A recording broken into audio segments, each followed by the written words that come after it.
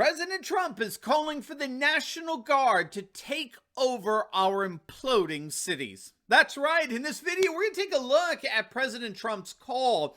We're going to see the shocking crime statistics that are forcing millions of residents to flee their respective cities. And stick with me to the very end of this video, when I'll show you the astonishing political consequences for our nation as the urban center of Democrat power implodes. You're not good on, and this is greetings, everyone. Dr. Steve here with you. Great to be with you. As always, I am your daily fake news antidote. As each and every day, I provide patriotic analysis to help you to think better so you can feel better in these crazy and turbulent times. So if you haven't done so, you know what to do. Make sure to smack that bell and subscribe button. And before we begin, it's Christmas time, the most wonderful time of year, and what could possibly be a better gift for the patriots in your life than Mike Lindell's My Pillow products? Gang, they are simply the best. Every night I sleep with the best pillows and sheets all in the market from my friend Mike Lindell, and this Christmas, Mike and his company are offering the lowest prices in their history with promo code Turley. Now get this, usually the classic My Pillow is $69.98. Now it's only $19.98 if you use my code Turley at checkout. And you can use code Turley for savings on over 200 products for your family and friends this Christmas. So don't wait. Click on that link below to support Mike and My Pillow and give the patriots in your life the gift of the best sleep of their lives. All right, gang, let's dive right in here. President Trump is calling on the National Guard to basically take over our increasingly degenerate and crime-infested cities.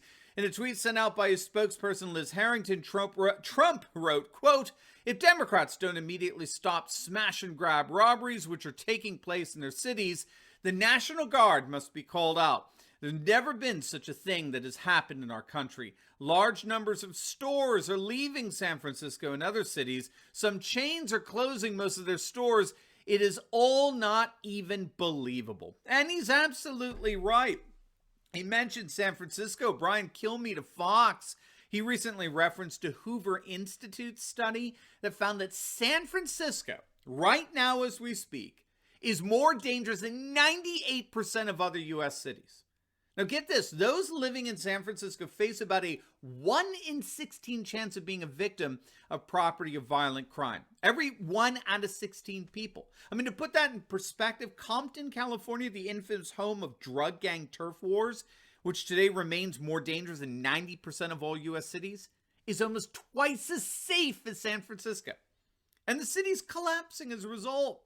Over the last year, a study came out on the spending activities of over 100,000 credit card holders who lived in, well, two cities, San Francisco as well as Manhattan. Do you want to take a guess how many of them left their respective cities during the whole COVID lockdowns for at least several months?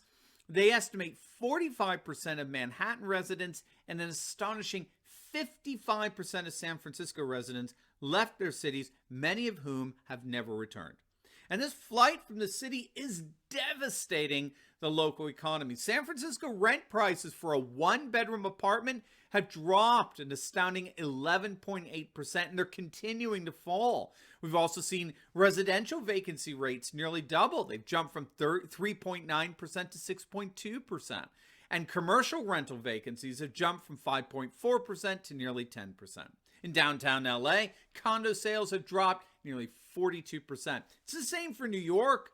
According to the NYPD, as of May of this year, shootings were up an astonishing 166%.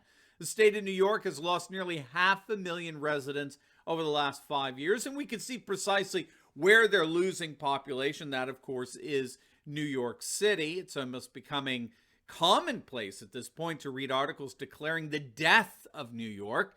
It's estimated that between March and May of last year, get this, between the months of March and May, okay, 3 months, New York lost almost 500,000 residents. An estimated 420,000 residents left the city.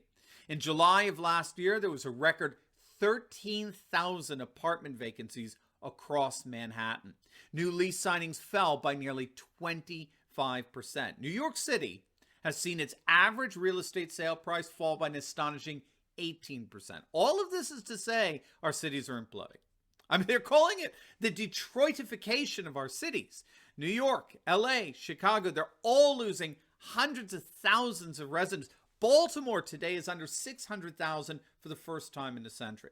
Now, of course, the political ramifications of this are astronomical. Our cities, particularly the cosmopolitan urban areas in the Northeast and the Pacific Northwest, as well as Chicago, these are the seats of Democratic power.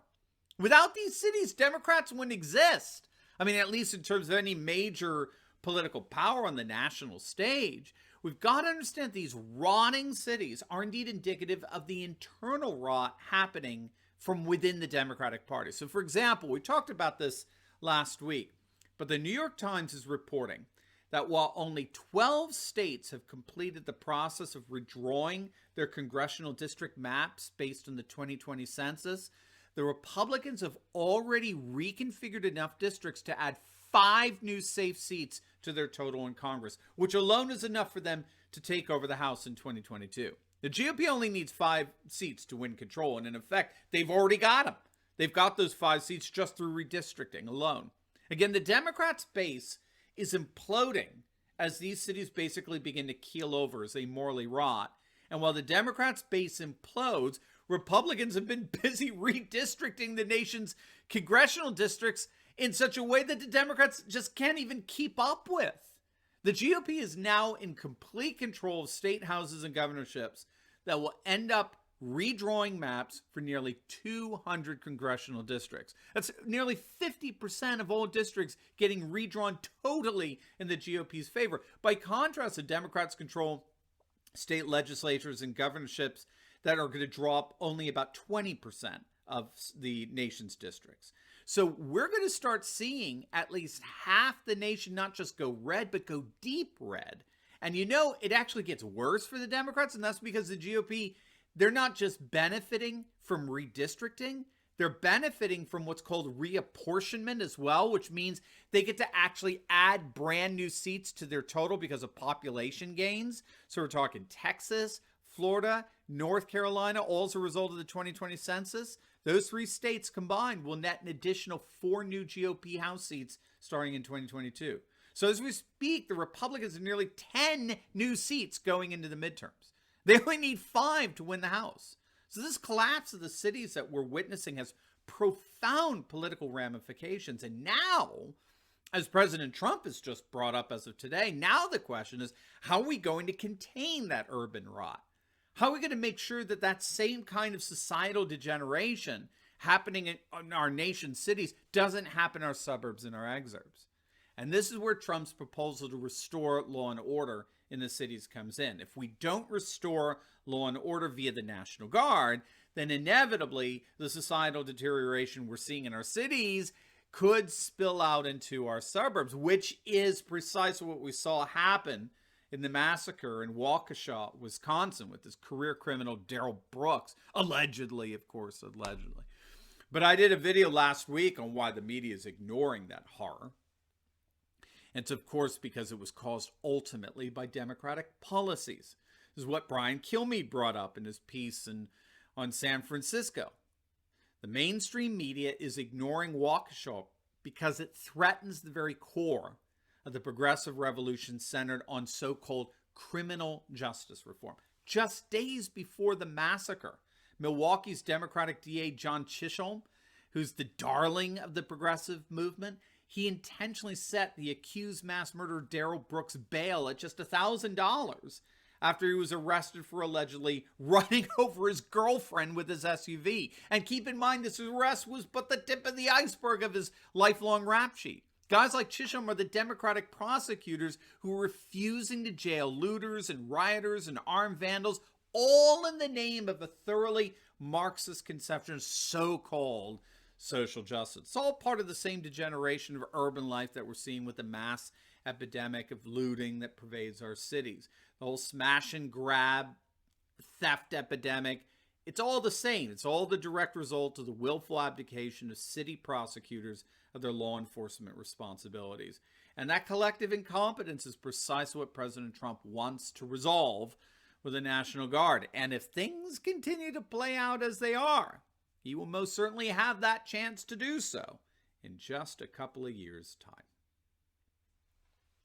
Now, before you go, you will definitely want to check out my latest video on how leftists, yes, leftists, are so desperate, they're warning of a coming civil war. You're not going to want to miss it. So make sure to click on the link, and I'll see you over there. God bless.